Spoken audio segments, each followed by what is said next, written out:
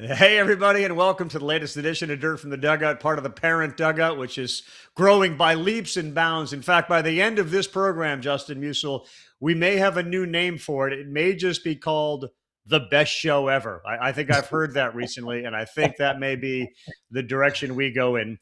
A reminder, we have a phenomenal guest tonight. His name is Buck Showalter. He'll join us in a moment. We invite you to please ask your questions through the chat. He's a baseball encyclopedia. We've had a lot of those on, but YouTube and X chat. And Justin, just quickly, I'll take you back to 2001 in Seattle. It's the All-Star game. Buck is working with us at ESPN. We are all ESPN folks gathered in a hotel.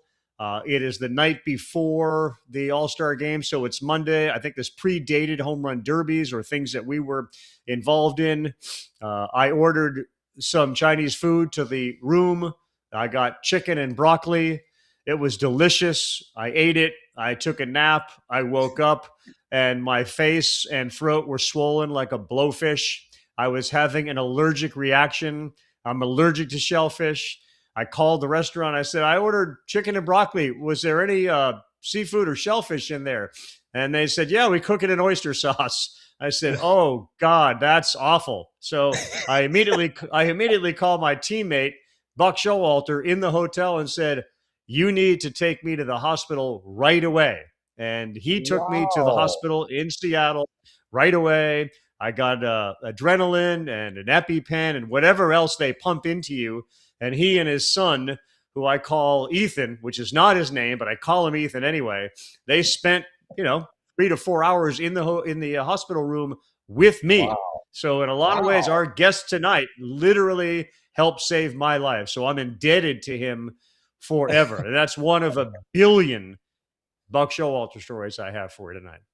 That is a great story, Ravvy. I had never heard you share that one. That's Yeah. pretty Yeah. impressive, man. I mean, you made it, you pulled through for us. That's great, man. Buck pulled through for us. So let's bring one of my favorite human beings on the planet onto our show, Dirt from the Dugout, and invite you all at home through the YouTube and X chat to ask questions. Buck, welcome to the best show ever. This is Dirt from the Dugout, where our goal is through your experiences to help parents of ball players hear what you did, your journey, so that they may take some things, discard some things, but more importantly, learn from you about how you got to where you got to. So, welcome to the program. It's great to see you. Hey, Carl. Justin, nice to meet you. He doesn't tell the rest of that story that Carl's a handsome young man at that point. Not that he isn't now, but his nose, his lips, his face, his ears. What is it? The Will Smith movie. Remember where he took something, the allergic reaction? And I remember Yes. my son was like 8 years old. He goes, Dad, is Mr. Rabbit's going to die? And I said, we better get on the move because it didn't look good. He scared him. But there's this is a great exercise you guys do. I applaud you for it. It's I kind of shake my head sometimes. I don't want to be the old guy on the front porch screaming at the kids in the front yard, but I have 4 grandsons now, and I go to a lot of their games. And actually, my wife makes me go stand out in left field because she's afraid I'm going to say something. You know, I grew up in a special. I have a great memories of my childhood because it was right out of the movie Sandlot. We had you got a T-shirt, you took a magic marker, you wrote your name on the back, your number on the back of it. We only had 6 guys on the team. We built our own backstop, and we called it a dungaree league back when they used to call jeans dungarees. And I learned how to hit the ball the other way because they couldn't put a guy in left field. I was left-handed hitter. You learn how to argue. You learn how to make your point. If you pull the ball too much, the ball went in the creek, and the game was over. So and I grew up in an era where you played football, baseball, basketball, football, baseball, basketball. One reason why I probably stayed out of trouble. But I also grew up in Mayberry, 2,500 people, everybody knew everybody, and it was an ideal. But you fought your fights, not physically necessarily, but the whole travel ball thing, it's a sore point for me. When I look at Buck, you're successfully covering a million yeah, subjects. And I yeah, just want to, for me, Justin, growing up, when we didn't have enough players, you actually couldn't hit it to right field because nobody's out there to get it, as opposed to I'm going to hit it to right field and I'm going to run around the bases because there's nobody out there in right field. Did you have Yeah. similar situations, Justin? 100%. We played what was called Hoggin rules. Shout out to Joey Conup and some of my boys from the Sandlot Hoggin Baseball Park. But our rule was, so we were lucky, Buck. You got 6 on a team. We were lucky to get like 4. And the rule Do you have a was, ghost runner? oh yeah, ghost runners. We had huge debates over center field, so that was our cutoff on any out. Was like anything away, any opposite field hit, it was automatic out. So guess who grew up as a big time pull hitter, Buck? It's all I did, man. It's like you said, you learn how to handle things. You learn how to talk through things. You have debates as friends on what happened, and you learn some true like adversity stuff on a field where no other parents are around to take over. But I want to jump in on that really quick though, Buck, because we're not here to bash anything, to go into the negativity around so many things in youth sports right now. We want to lift it up. We want to be the positive people at the parent dugout. We want to be positive on the show. But I do want to ask you this, like, you were in baseball a long time. What are some of the changes that you'd love to see at the youth level if you could just flip a switch and it was changed? What are some of those things that stand out from all the stuff you've watched with your grandkids? Well, it can't happen, but I wish sometimes, the parents end up being the coaches because nobody else is willing to do it. And if you have to pay for a guy, and I watched one of the travel ball teams where I know the coaches, I would hate to see how much money some of these coaches and leagues are making off these families. And that's a subject for another day. But probably the teaching of the game alone, teaching them how to have fun. I took over Mhm. my son's high school practice one time when he was in the 10th grade. The coach just said, what's going on? We don't have many guys out for baseball. I said, that's your fault. That's not their fault. Your practices. I mean, Carl, Justin, I was entertaining 30-year-old major league veteran in spring training. I had about a 12-minute attention span.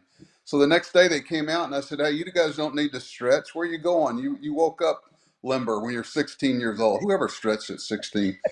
And then I said, what do you want to do? I've always wanted to play shortstop. Go play shortstop. What about you? I want to catch. Put the gear on. We're going to play push 'em up. It's 0-2 count, and I'm pitching.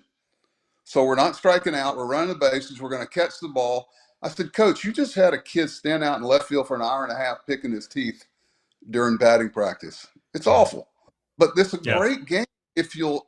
So to answer your question, Justin, let's accentuate the things that make it a great game instead of making it this dull drum. Where's my sliding pad? I saw an 8-year-old kid wanting to know where his sliding wristband was or whatever. Hey, But hey, Buck. it's not their fault. Carl, you see it at the Little League World Series. They're emulating what they see. No question. Yeah, Yeah, there's no great. question they pattern bat flips and other things off of major leaguers. Let me ask you this question, because we've had many people on this program who emphasize the fun in the game, which you just did, which is great, and we echo that for everybody. But was your first affair with the sport love? Like, did you love baseball from Jump Street, or did it evolve? Did you begin to love it as opposed to the first few times you were there? How would you describe your relationship with baseball when you were young? Carl, I loved them all. It was a very. I was just competitive. My dad and Yeah. mom never. Yeah. They never pushed me to anything, but they made it available to me when I had 3 sisters. We didn't have a pot to pee in. It was, it was pretty close ranks, but they somehow always made it available. It might have been a secondhand glove or a taped up bat, but I had what I needed. But I just loved being outside and playing Yeah. with the guys and competing. Yeah. And you didn't necessarily care. Baseball, football, soccer, basketball, tennis. It just give me a ball, give me something, and we're good to go. Hey, you want to say something before we get to some of the questions? Yeah, I've got one thing. I will tell you this: through the years, I've become a real. I look at bios, a lot of players I get in the big leagues, and I spend a lot of time looking at the bios. And the one common denominator of the really good players that they played multiple sports, They weren't year-round baseball. There's exceptions to everything. I asked a pitcher one time, what positions you play when you didn't pitch? He goes, well, I didn't. I go, excuse me? That guy didn't last too long. If I see guys who have played multiple sports and are well-rounded and their shoulders and elbows and knees take some time off from the pounding of baseball, they're usually better players at the major league and the college level. I want those guys that have played multiple sports. Right. Yeah. Great, Great Buck. answer.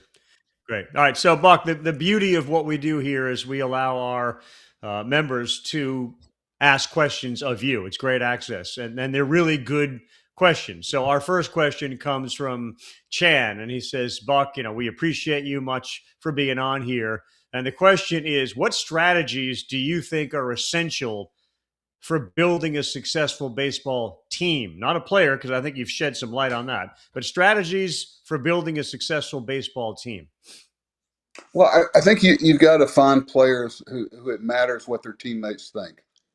That's one thing I've always tried to do was I was a ship passing a night the way I looked at it. Managers come and go, and the shelf life gets shorter of head coaches in sports. But I wanted to find guys that their peer pressure meant something to them, and then you surround them with the right peers. I was picky about picking who was around these guys. Parcells had a great line years ago. You want me to cook dinner, but you don't want me to pick the groceries. Right. And I worry a lot of times that guys don't know what they're looking for. And you see it now. But I always wanted to surround myself with people that wanted to please each other. Good answer. Yeah, it's really good. Buck, I want to share something. And this is something that I wish I could have done a little bit more. But in my time with the Brewers, one of the things that I was always wanting to do was talk with the coaching staff more about what did they want.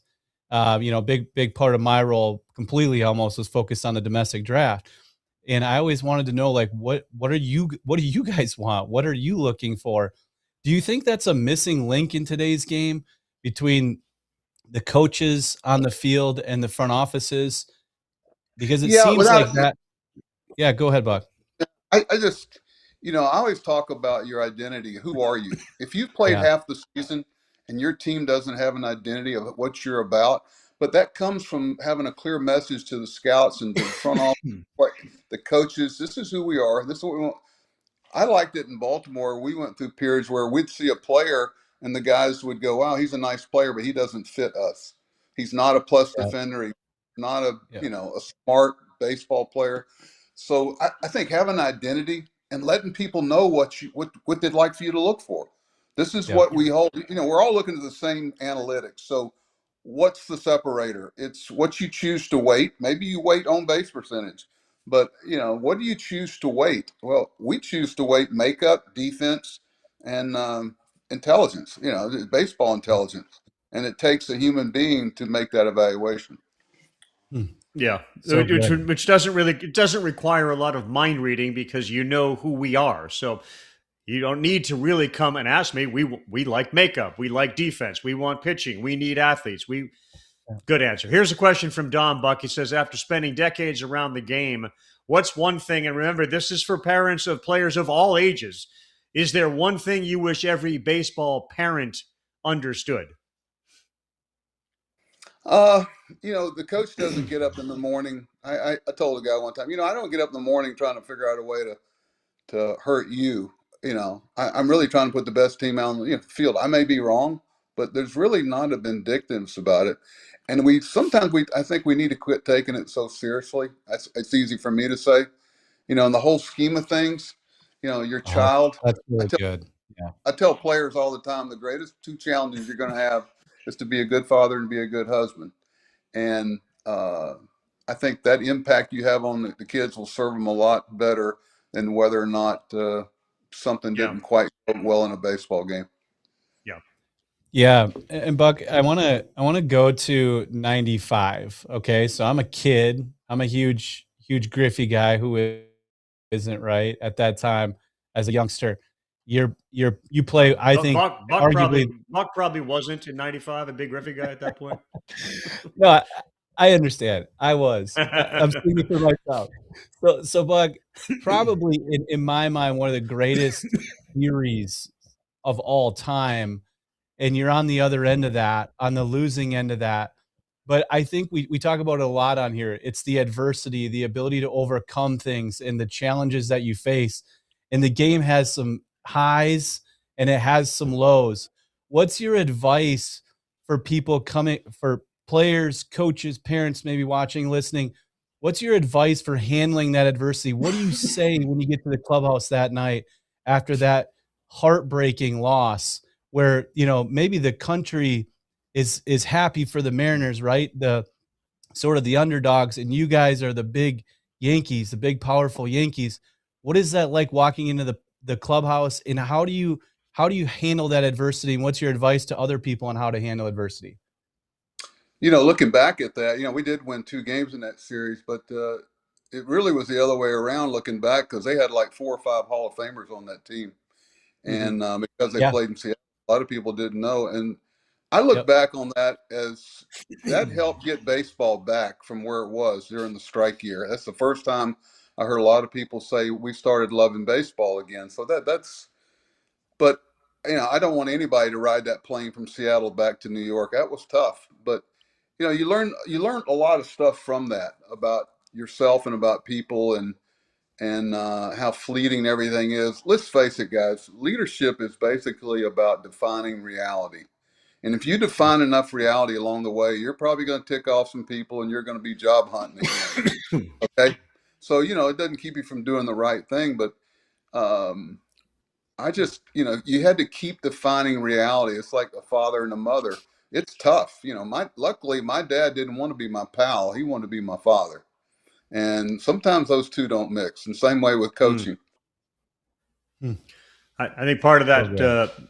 for me, covering the sport for that many years, the Mariners teams of the '90s, especially the late '90s and early 2000s, they may have beat the Yankees. They were probably, I think, collectively the biggest disappointment in that they didn't win a World Series, given the talent that they had to kind of Agreed. support Buck's point about just how good, the players were. Here's one from Danny Buck. Says, you joined the Diamondbacks 28 months before they ever played a game. I remember being there for the expansion draft. But the question is, what's it like building something completely from scratch? No players, no history, no fan base. And I think the story that you tell about the decision you made in New York with regards to your coaches and taking a new contract or not, which led you to Arizona, is as good a story that you can tell. But answer the question, and then maybe if you want, combine the two of them. Because that was Justin Buck had to make a really big decision, which led him to Arizona.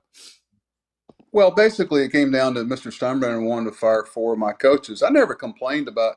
We all knew the job description in New York. I'd been there 19 years, so people didn't want to hear you complain about it. It just, you know, you were working on a day-to-day contract. But I knew that I couldn't set foot in the locker room and look those players in the face, knowing I'd given up 4 great coaches who ended up having 30-year careers. So we took them to Arizona. But if someone called me and said, "Hey, we'd like for you to do the expansion." Lead the expansion deal again, I'd go. I almost died out there. I have never worked so hard in my life. Those 2 years off the field, I'm talking about minor leagues, Japan, Korea, Venezuela, Dominican Republic, Cuba, you name it. We were everywhere. The scouting, the expansion draft, and getting on this field in spring training. You know, our first spring training was in Yuma, Arizona. You guys ever been to Yuma, Arizona in the spring? Ooh, baby.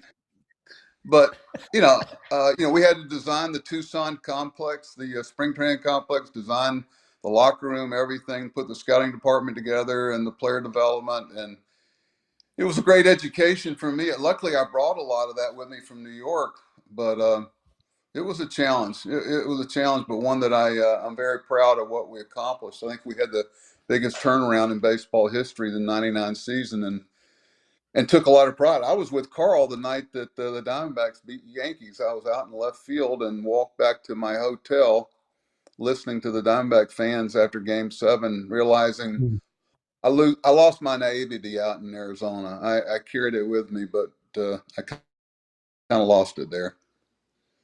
Yeah. Sad. Yeah. Well, Buck didn't win a World Series, but the truth was Buck won a few World Series, in my Yeah. opinion. Yep. Well, and Yeah. Yeah, Buck, what is that like to work so hard for so long and the pinnacle is what you do it for, right? Obviously it's the relationships and the other things that you think about later, but when you're in it, the whole goal is to win it all. yeah. Do you feel that missing piece from your career? No, I don't. That's a good question. I don't. I feel good for other people. Life's too short. Joe Torre got exposed to what a good baseball guy he was. Um, I look at a lot of things that happened with Ron Washington, for instance, and Yeah. uh, it just, things happen for a reason. I don't dwell on it, and I'm just glad that some other things happened well. And I've been completely lucky and honored to be in this game for a long time. It's been very good to me and my family. And heck, I've met my wife of 43 years in this game. So, it worked out. I'm not going to sit around and say what if. I'm just happy for the people that I had a lot of help along the way. Boy, did I have a lot of help. And I'm pretty good at picking good people and getting out of their way and letting them do what I know that they can do. The greatest accolade you can pay one of these guys is ask their opinion, or ladies. We had some great women that worked with us through the years that were instrumental in what we did. Yeah, and to your point, it's such a. I do think we as people evolve over time. I mean, you can be a child rooting for the team, and if you're involved, if you're lucky enough to be involved in this game, in this sport, whether you're covering it, playing it, managing it, eventually you come to appreciate how hard it is, and then you root for people. You don't necessarily root for the name, the uniform. You root for the name on the back. You root for the people, and I think, that's a great perspective that Buck shares and important at every level. Root for other teams sometimes when you see them. Root for the kid that's playing. That's really important. They're all in this thing together, and it's damn hard to play this game. Yeah. Royce asked Buck, if you could go back and manage one game differently in your entire career, do you have one, and what would you change? Or honestly, it's like me doing a show. There's a million shows I'd like to do over again. Of Is course. that true with games? Yeah, but then that's where you learn along the way. We've all stepped on our tail. I just don't want to repeat them. I learned as much from managers I played for and worked with about what not to do as I learned from guys about what to do. Like And what? I'd see a situation handled just from a personal nature. I go, there's a better way to handle that situation. There's another Yeah. mode of communication there. And I don't, you know, I wish sometime when we walked Barry Bonds with the bases loaded, I said to the media afterwards in San Francisco, I go, I wish we could evaluate whether that gave us the best chance to win instead of the results. And I know we live in a result oriented society, but wouldn't it be great if we go, you know what? Regardless of how this works out, it's well thought out. It gives us the best chance to win. Oh, by the way, Brent Maine hit a home run and we lost. I'm okay with that. I'm at peace with that if I've done my homework and I've given our team the best chance to win. And I never made a vindictive personal decision where you're mad at somebody. You can't. First of all, you can't be married for 43 years and have that. So I've just learned through the years. You do your work, you make an educated decision, and sometimes you got to do it with your heart and your head. What they say: be careful about telling truths that hurt innocent people. I've had to cover for some things that would have made me look a lot probably better, but it's going to pull somebody underneath the bus. So I'm not going to do it.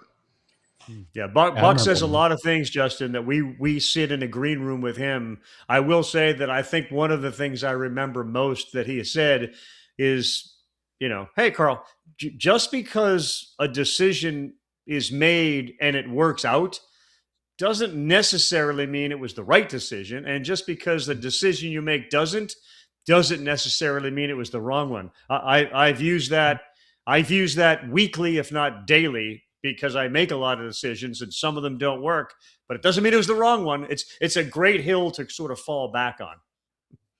Yeah. It's hard. It's hard. It is You hard. get tested. You get tested sometimes, especially when Yeah. you bite your lip and there are things and dealing with the media twice a day for almost 200 straight days, counting spring training. There's so many opportunities to step on your tail.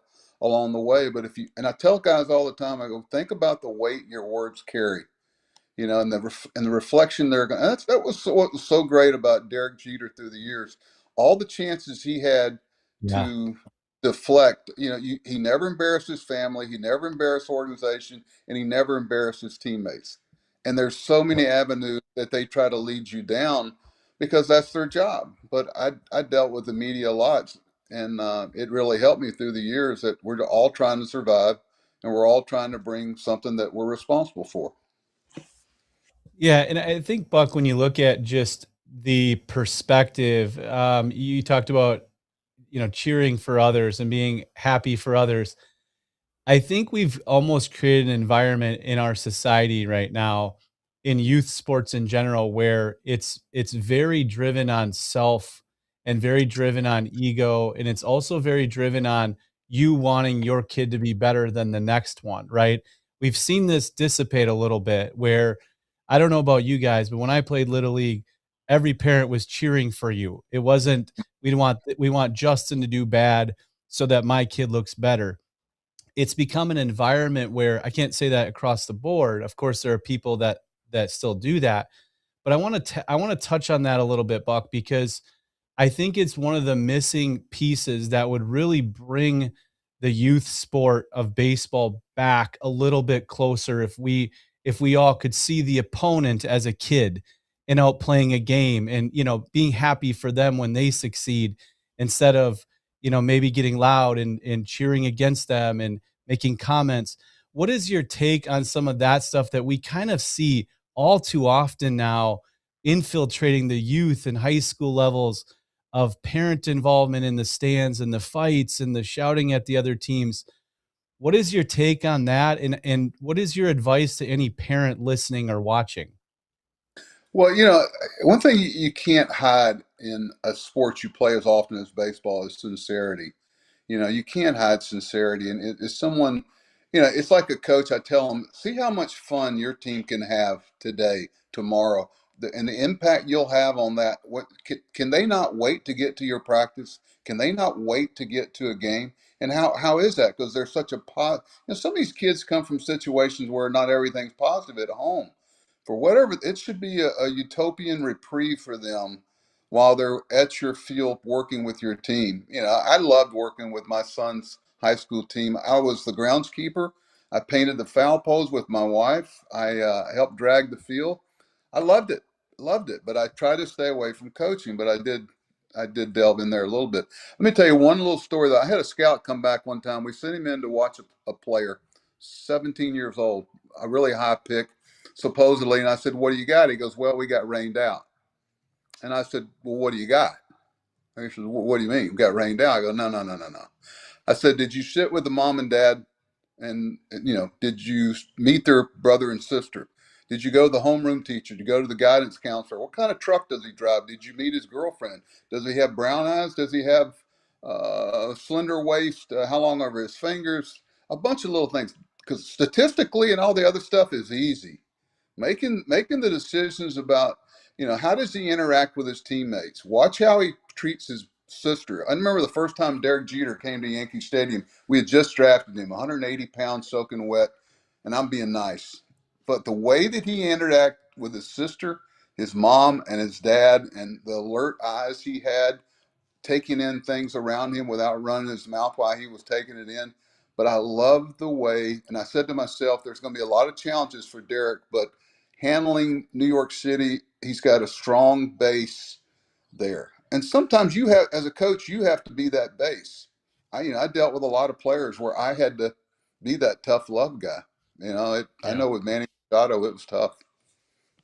We'll talk about Manny Machado in a moment. Want to remind everybody, you want to get out of the house, you want to go watch a game, you want to go to a concert. The way to do it is to use SeatGeek. We want to have about 35 million plus downloads, 70,000 events that are listed on SeatGeek, including, as I mentioned, concerts, sports, festivals, and a whole lot more. MLB is in full swing. The other seasons are over, but the other sports are soon to start again. That's how we work. Football, of course, is coming as well. You can go to the app on your phone, and SeatGeek has got your back. By the way, Dirt from the Dugout would remind everybody you can use Territory 10 for 10% off MLB tickets on SeatGeek. Use code Territory 10 for 10% off on MLB tickets on SeatGeek. And of course, you can scan the QR code right on your screen. All right, so it's quite clear that Buck enjoyed, the Jeter experience, the two New Yorks, the Texases, the Baltimores, all that.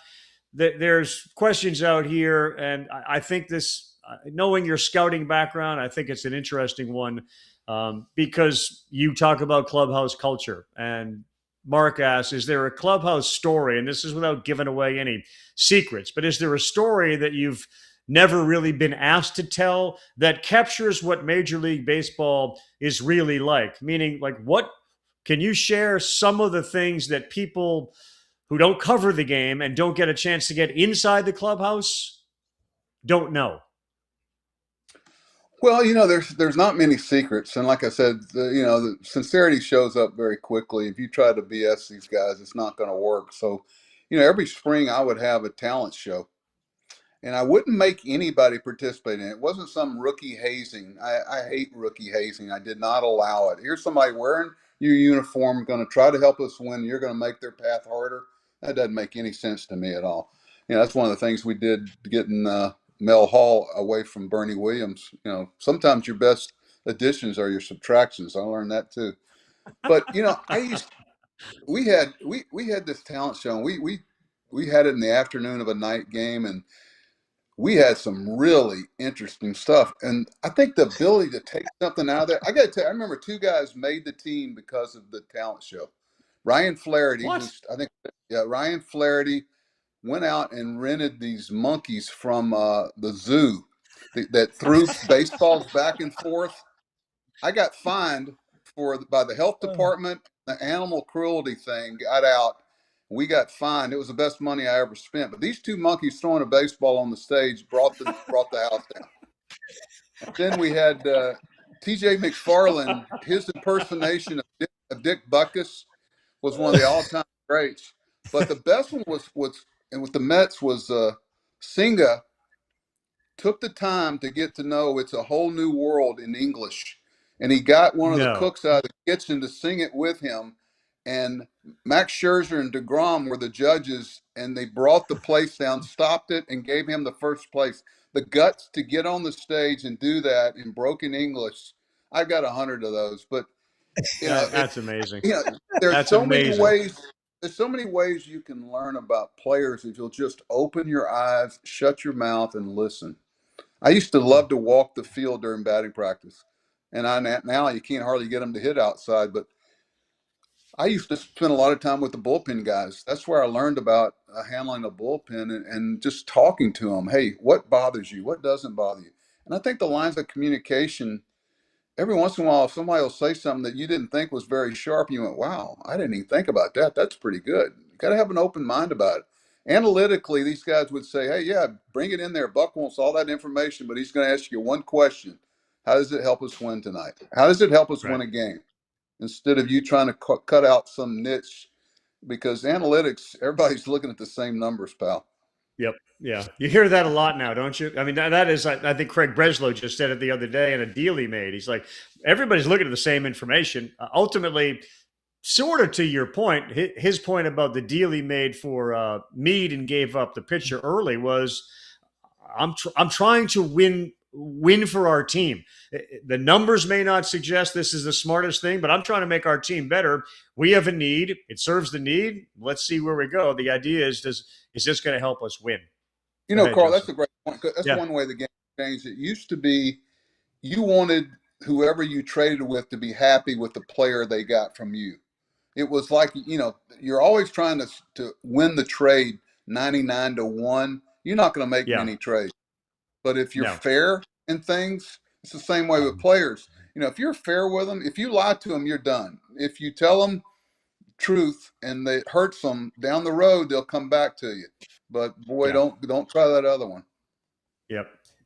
Yeah, Buck, when you look at just the grand scheme of where we're at, though, do you see in Major League Baseball specifically? Do you see that flowing back Because I know on my end, I see a little flow back now to a little bit more reasonability, the human element of it.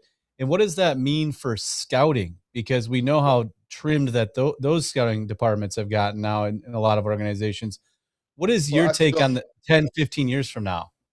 I still don't think, I still think there's no substitute for boots on the ground. The person that goes and talks to the homeroom teacher and talks to the teammates, and I this agree. is how you make, when the numbers and the statistics and analytics match up with the human element of it, you've got a really good deal and a really good player.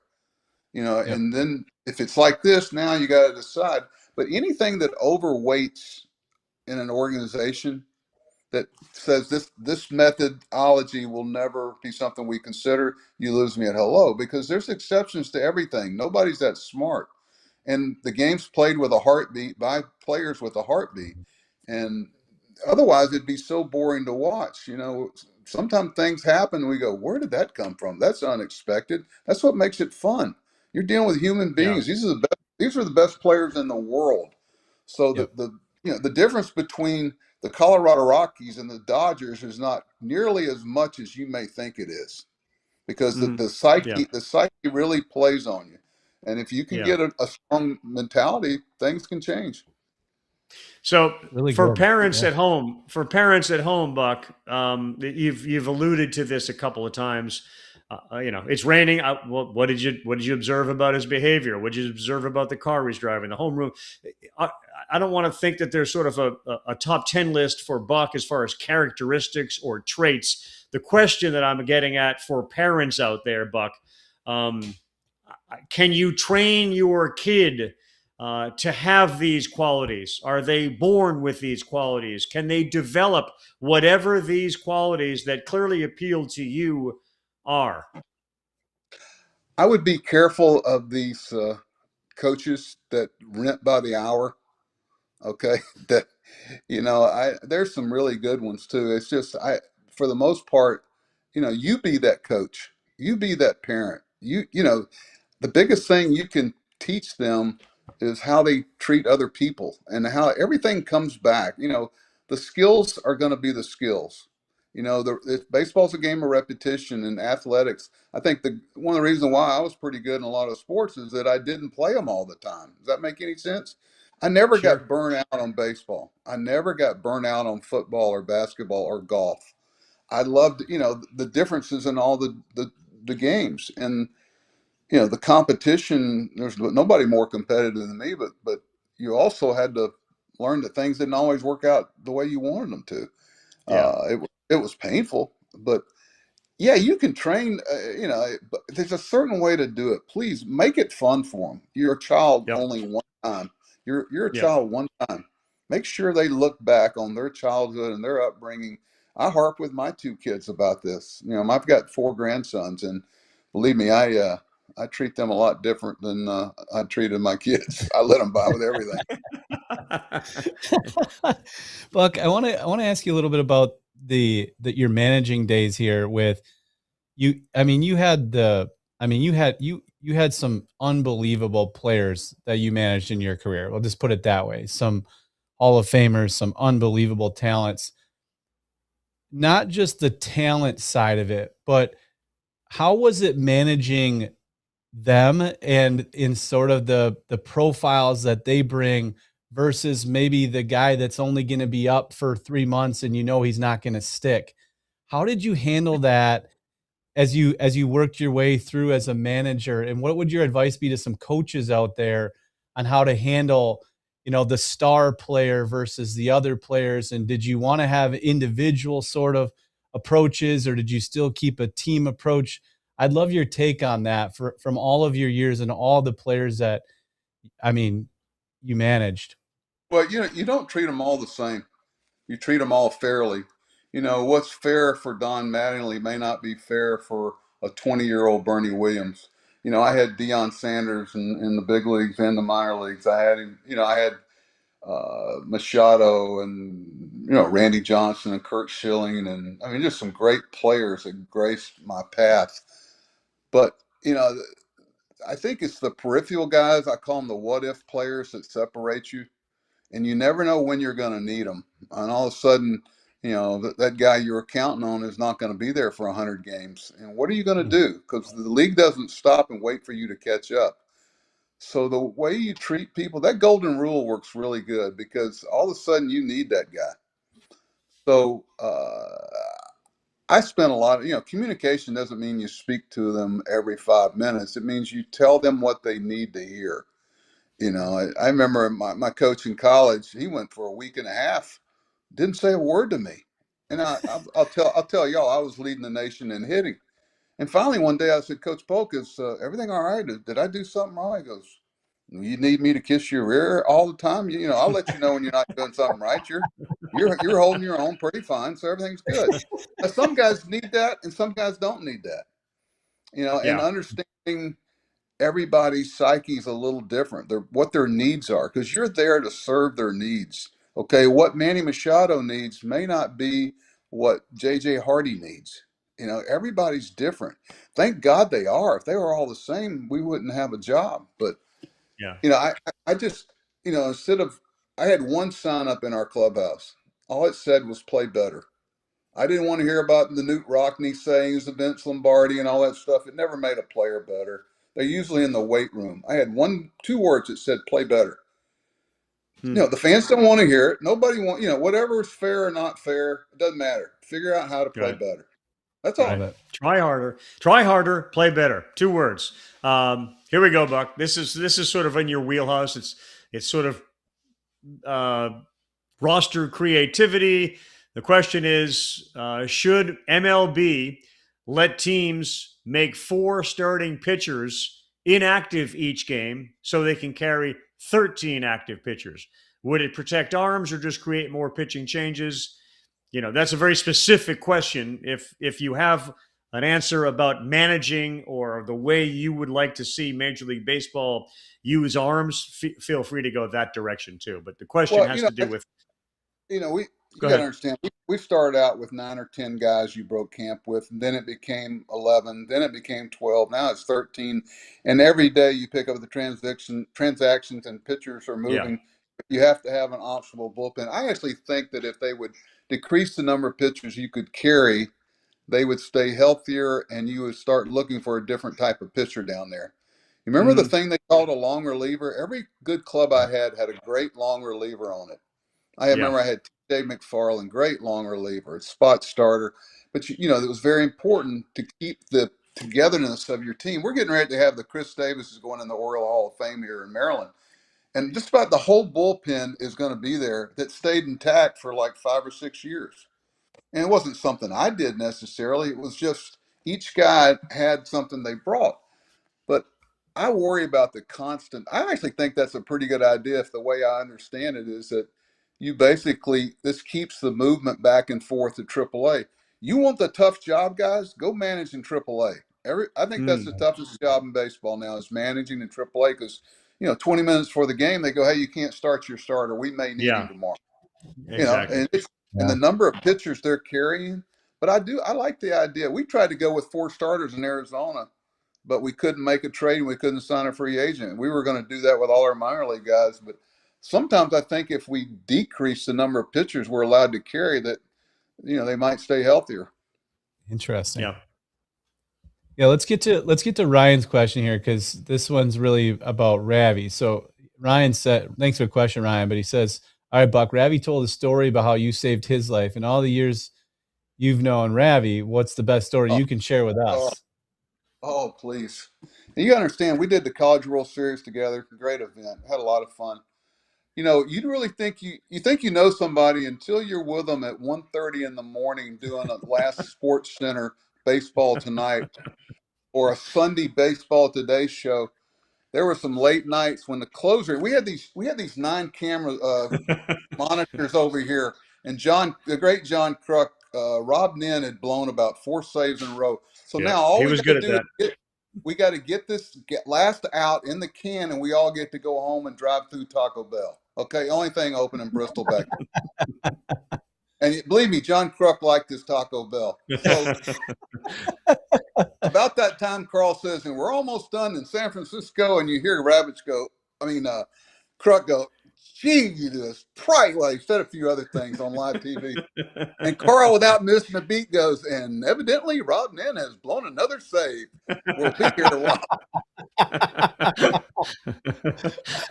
I had Carl. You remember the night I took Harold out on the stage when the double Sure play? do. I was going to bring that up. Tell everybody that's it. It's one of the great stories of all time. We're in a studio. I'll just set up the studio. The studio has got it's not a hardwood floor, but it's a hard floor. There's no grass.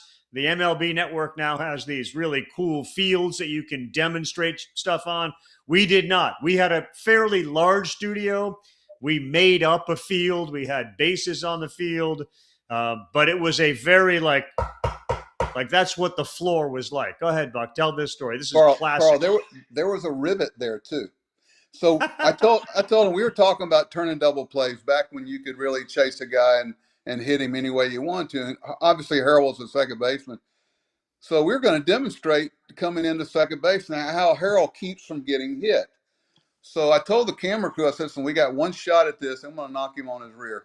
And they went, "What?" And Carl goes, "Go for it." So we got this old burlap sack there, and Carl feeds Harold the ball. And I said, "Hang him out just a little bit, Carl. Hang him out just a little. In other words, throw him a little bit of a changeup where you don't get it to him too quick." So I come running down there in a two-piece suit, okay, tie and everything, and I get him. Justin. And I split my pants down the side on the rivet. And Carl, we won an Emmy that year for the show, and that's the clip they sent in. I was real proud. I think it's right over my shoulder. I have the Emmy right there. That's how you got that, huh, Ravvy? Justin, he literally took him out ass over tea kettle in the middle of a live show. He wiped out Harold, and Harold's like, "What are you doing?" He still hasn't forgiven me. Still hasn't forgiven me. Talked about all the time. Yeah, talked about all the time. Here's just a thought, Buck. This is a good one that comes in from one of your fans who doesn't really have a question, but it never hurts because I think everybody needs and likes positive affirmation.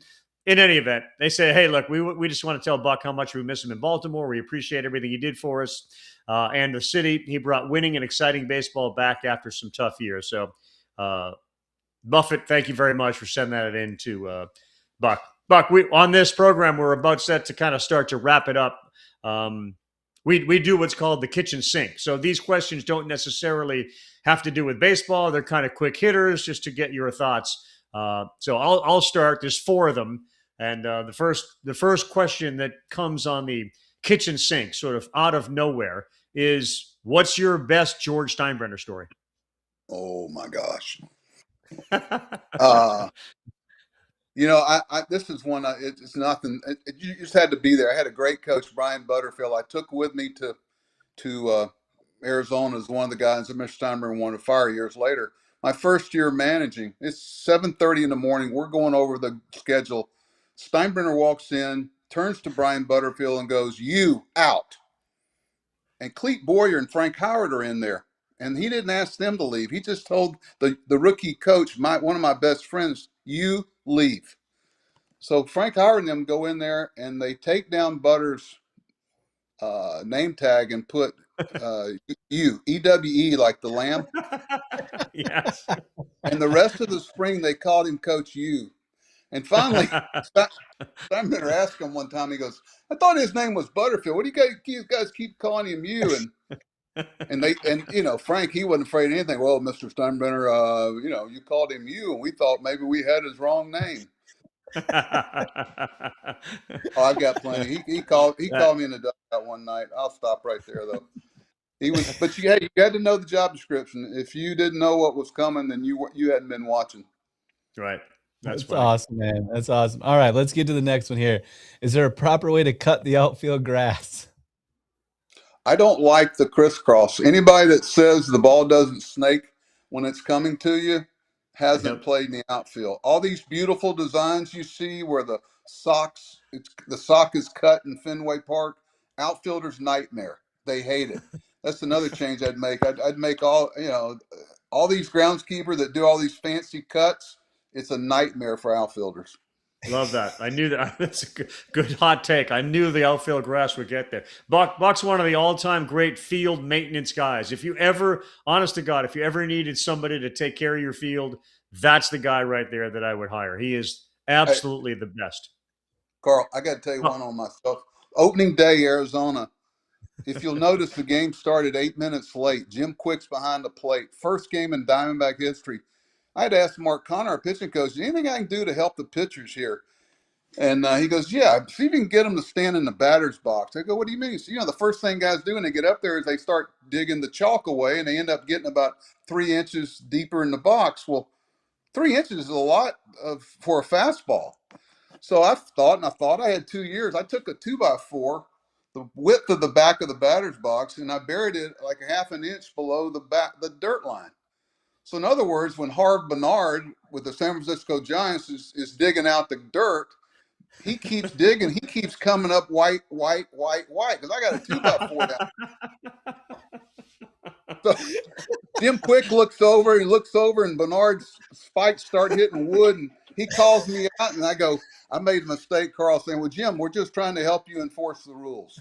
I never heard that story. That's a great one. That is amazing. That's so a we great had one. to get Grant Trimbuth out and dig up the back of the batter's box. That is amazing. I never heard that. All right, Buck. Here's the next one. Kitchen sink. Do the mini donkeys you have at the farm? Do they have names? Oh yeah. Well, we used to have Teddy and Daisy were at the other farm, and then we moved them. They're both. I don't know. We like them. My wife likes them. I swear that when I'm gone, she lets them in the house and they sit in the easy chair just like any other animal. How did you end up with mini? How did you end up with them? What are their names? Carl, it makes her happy. Okay, mini donkeys. That's the answer. Finn, and Oliver. Finn and Oliver. All right, so not baseball names. Finn and Oliver. No, she kisses that donkey more than she kisses me. There's two jackasses she kisses every day. Oh my goodness. Let's get to the next one. Last one here. Then we're going to get to your MVP. But favorite analyst to work with on ESPN. Yeah, favorite analyst. Who was your favorite to sit with? You realize how one thing about. Let me tell one last one on Carl. If you weren't prepared and you weren't good at what you did, Carl had so much pride in that show.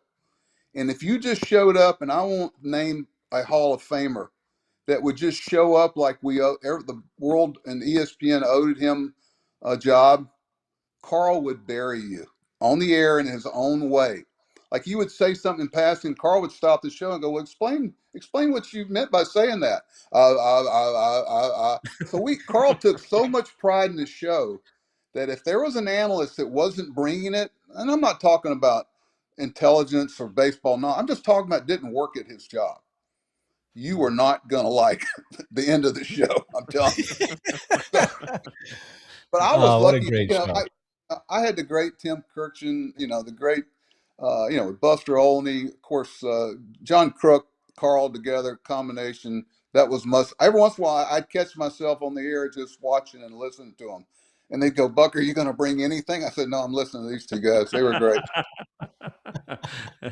Yeah, we had an amazing team. It was a great show. Let me tell you, hey, Carl, one on Chris Berman. First hit I did on Sports Center. He goes, here's the deal. I'm going to talk. I got some things to get out. When I run out of breath, you talk. That's it. And so I kept waiting until he ran out of breath. And finally he went, okay, Buck, what do you think? The other great Berman story, Buck. I know you know this one, but this involves Crucky. So it's Kyle Loesch is on the mound, and Kyle Loesch has a pretty good game. Must have gone 6 innings or whatever. And usually the host asks a question of the analyst. In this case, Boomer or Berman would say to Buck, when I'm done talking, you talk. In this instant, Kruk is sitting next to him, and Kruk has really not experienced the Chris Berman experience very often. So Kyle Loesch gives him, let's say, 6 2/3 of 1 run ball, 2 hits, 7 Ks.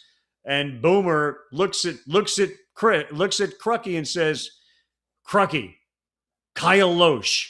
We knew, but we didn't know." And Kruk's like, what do I do with that? What does that mean? And he looked at him and he said, "What is that? We knew, but we didn't know."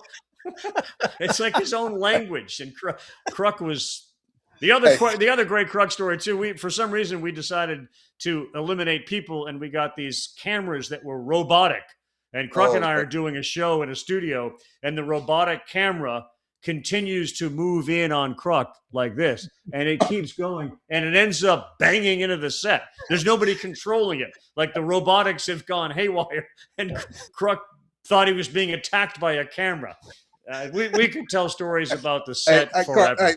Let me get one more. So John Kruk, most people put a "do not disturb" sign. We all stayed. He had a sign made up that said "marinating, don't disturb." Marinating.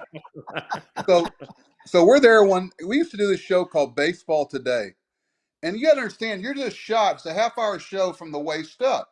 Well, the great Peter Gammons would come in khaki shorts and flip-flops. Well, I didn't know he was or whatever. And, like most men, one of the most unattractive features of their self might be their feet. So I'm sitting there, I wasn't thinking anything. All of a sudden, Kruk leans over and goes, "What do you got on Peter's feet and his toes? You think he trimmed his nails today?" And all I did, Carl's talking, getting ready to come to me. I looked down and I went, "Oh my God." And Carl goes, "Buck, what do you mean? Are you impressed by something?" I go, "Yes, I am." Hey, that is amazing. Before we get to the MVP, just a reminder, of course, trade deadline is coming up here in short order, and Foul Territory is all over the trade deadline.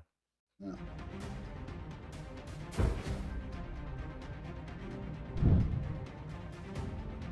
It's always a hope with this guy. It's always a hope. Oh, we hope he stays healthy. Oh, we hope he's good. Jason Miller to the San Diego Padres. Trade. Let's get to Shane Bieber. He is a Toronto Blue Jay. Let's hit the inside scoop. It's FC Senior Insider Ken Rosenthal. The Astros got Carlos Correa back to Houston. Just like AJ Preller said, if you ain't in the big leagues, be gone. Ooh, I got a big one. Under a minute.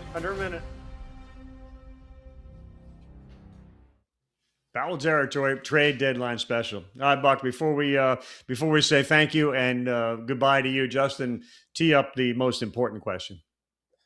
Yeah, so Buck, we ask everybody on our show, man, who is your MVP, the most valuable person in your life growing up? All the years you had mentioned some of the people around you. You mentioned your dad earlier, but who is it for you that you would make your MVP? Oh, it was my mom and dad as a unit. It really was, because they had to make the tough calls along the way. And the more I've gotten away from it, I had my own kids and grandchildren. I'm very lucky. And that doesn't mean that you can't be a good human being without that strong two-parent unit. But I was so lucky looking back on it. A lot of the things that people were challenged with, I didn't have that challenge, because my parents had the guts to lead me down the right path about human beings and our fellow man. And to this day, it served me well. Yeah, that's awesome. Good.